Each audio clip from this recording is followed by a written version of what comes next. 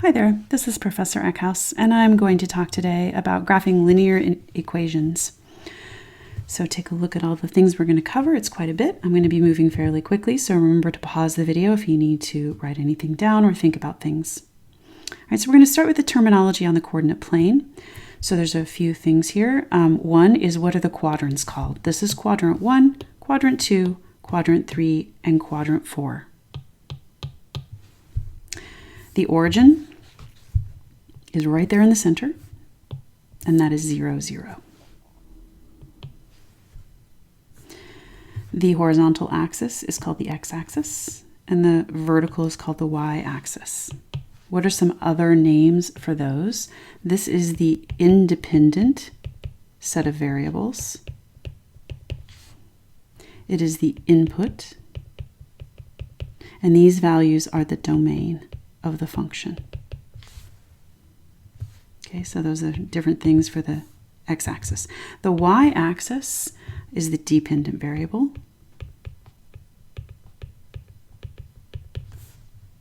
It is the output.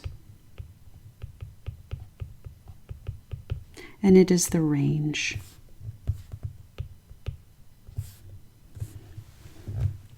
All right, let's see what else. An ordered pair looks like this, x comma y, and an ordered pair is a point on the graph. We call this the x coordinate, and this, of course, is the y coordinate.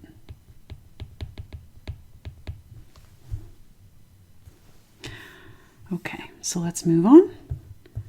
So let's name and plot some points here. So take a moment and pause the video and try to name all of these points, especially the ones on the x and y axis, because those are the ones that people often miss. All right, so I'm going to get rid of this so you can see the names of the points. And by names, I mean the coordinates of the points. So pause the video and double check that you got them all correct. If you did not, try to figure out why. Okay, so now plotting points to graph linear relationships. Now these points are each going to, so one other way to show a set of coordinate pairs is in a table. Okay, so make sure you understand that, like, this first one could be written -3, -6, right, and so on. So these are just sets of ordered pairs, and you're going to plot them on this graph just like you did before, in the other direction. So before you name them, now you're going from the name to the point. All right, so I'm going to delete this, and you will see underneath it that I've got them all plotted, and they make a line. So this is a linear relationship. It is not a line because the points in between are not given. That would be an equation. So we don't have the function, we just have the points. Okay, they make us think that it's probably coming from a function or an equation that makes a line, but we can't be sure until we're actually given the equation. All right, so ordered pairs as solutions. So graph a linear equation y equals 2x minus 4 by first finding some solutions. So I did this for us, so you can just take a moment to look at it. So first I put 0 in. I solved 2 times 0 minus 4 is -4, and then I created the ordered pair from the 0 and the -4, and I put that here, and that is our point. Okay, so that's everything I just did. I'm just going to get rid of those so you can think about it. Sorry, that jumped.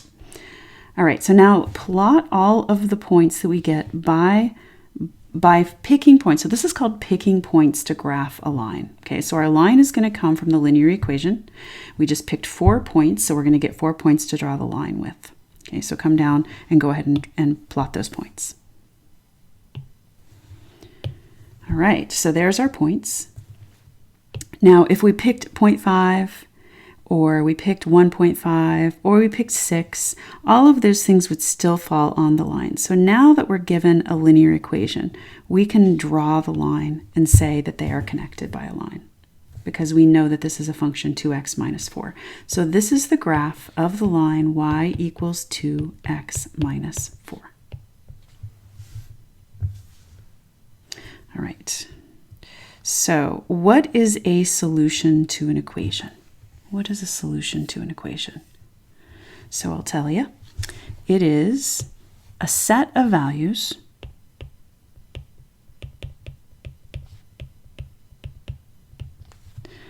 or ordered pairs. Another way to say it, and that's probably a better way to say it, that make the equation true.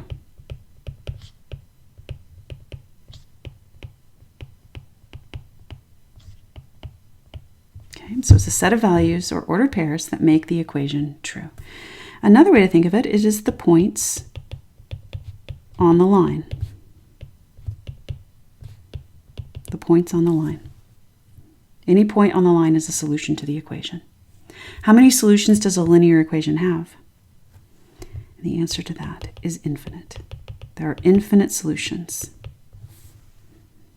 So think about all the points just in here between those 2 points. There are infinite points on that line, just in that spot, much less going on forever in both directions. All right, so let's look at some examples. So the first example is just to figure out if negative 3, 5 is a solution to the equation. You're going to do that by simply plugging it in. All right, so let's start with that. So we've got 6 times negative 3 plus 2 times, and y is the 5, equals 4. So let's see if this is true. We get negative 18 plus 10 equals 4. We get negative 8 equals 4. That is not true. They're not equal. So negative 3, 5 is not a solution. How about 0, 2? Pause the video and give that one a try.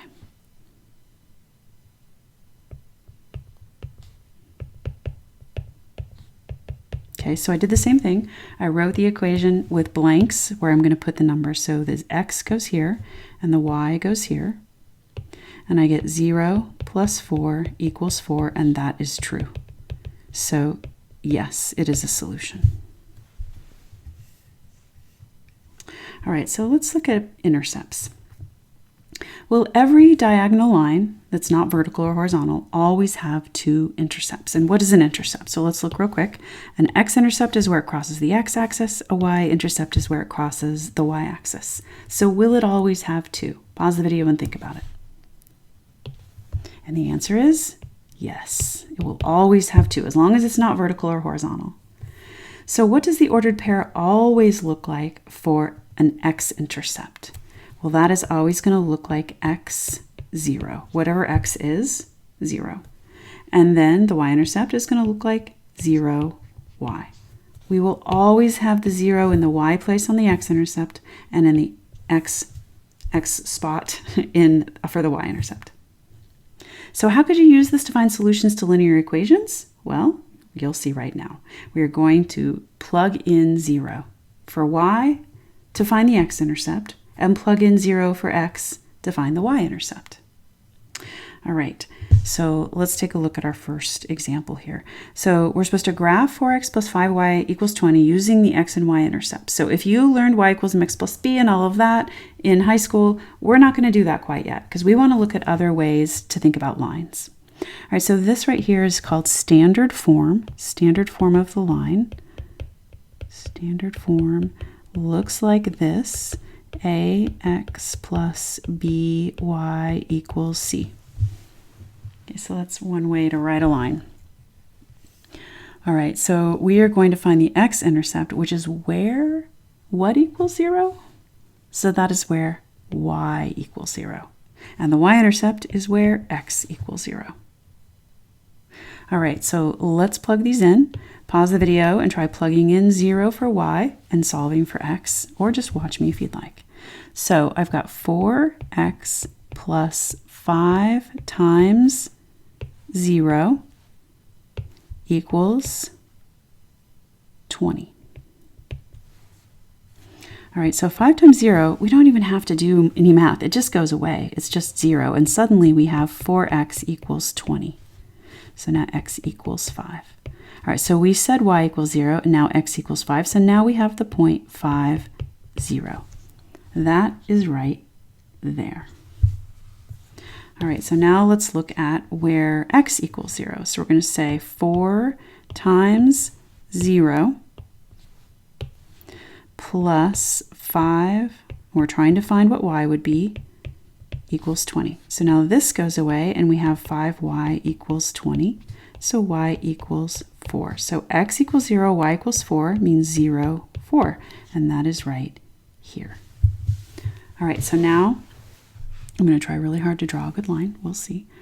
So we'll have a line going like that through the two intercepts. All you need is 2 points to draw a line. And the intercepts are the very easiest ones to find. So this is just one tool of many that you will learn in this class to draw lines. Okay, finding intercepts because they are so easy to find when you plug in a 0. Math gets easy when you plug in a 0. All right, so let's try another one. All right, so give this a try without me from the beginning. All right, so remember the x-intercept is where y equals 0 and the y-intercept is where x equals 0. So let's do this.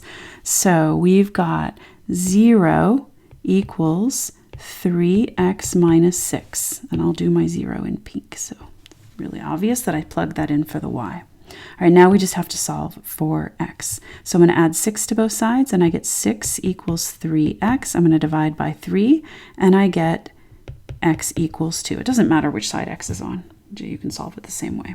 All right, so now our point is 2, 0. All right, so that is right there. All right, let's do the same thing for the y-intercept.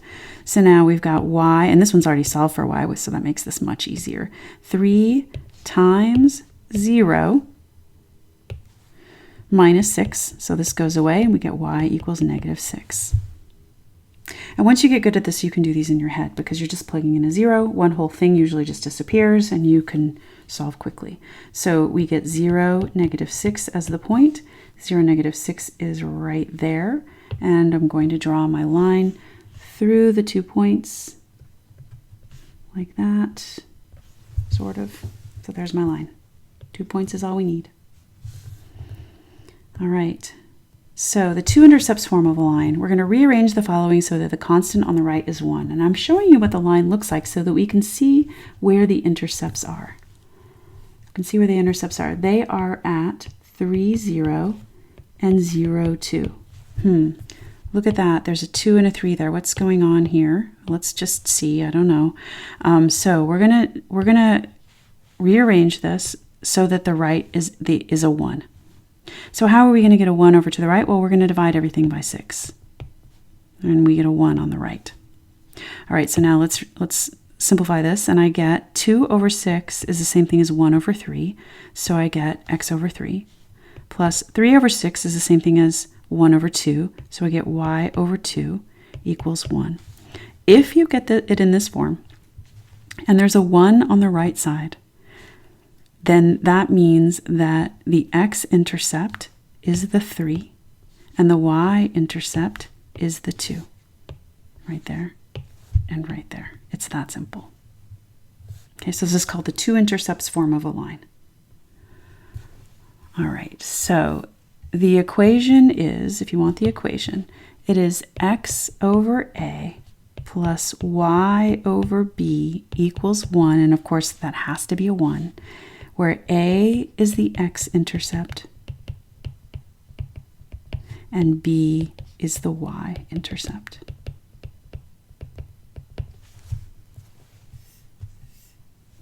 All right, so we've got one given here to give it to try. So let's try this. So give that a try without me. All right, so we've got a is 5. That is the x-intercept. And that's right here. And then b is 3, and that is the y-intercept. And that is right there. Make sure I haven't messed anything up. But remember, this is only possible because that's a 1. And there's no other values. There's just an x over a number and a y over a number. So we are going to draw our line because all we needed was 2. All right. Here is one where we have to rearrange it first. And the way I know I can rearrange this is because 3 and 4 both go into 12. So I'm going to divide everything by 12. and I get a 1. So on the left, I get, pause the video at this point and give it a try if you haven't already. All right, so I get x over 4 plus x over 3 equals 1. So we've got our x-intercept here and our y-intercept here. So I've got 4 and 3. Pretty simple once you get the hang of it. It just takes getting the hang of it first, but once you do, it makes it really fast. All right, we're just going to look at some linear equation special cases right now. So let's draw a line at 6. What do we mean by at 6? Well, let's see. Y is 6 everywhere. So this is actually the line y equals 6. So horizontal lines are y equals wherever it crosses the y-axis. All right, and then let's see. Let's draw one right. How about here? And that is going to be, give it a try. What do you get? This one is going to be x equals -3. All right, so that is a vertical line that crosses at -3 and is -3 everywhere. So we call it x equals -3. All right, so graph the following lines. Pause the video and give it a try. See if you can do it. All right, so y equals 4 is going to be pink, and that is going to be here. X equals -3. Oh, we just did that one, didn't we? That is going to be here. Y equals x, I have not shown you. Call that one green. And that is going to be where x and y are equal everywhere. So 0, 0, 1, 1, 2, 2, 3, 3, 4, 4, 5, 5, and so on. So it's just going to be a perfectly diagonal line. Like that. That's y equals x. And that is called the identity line.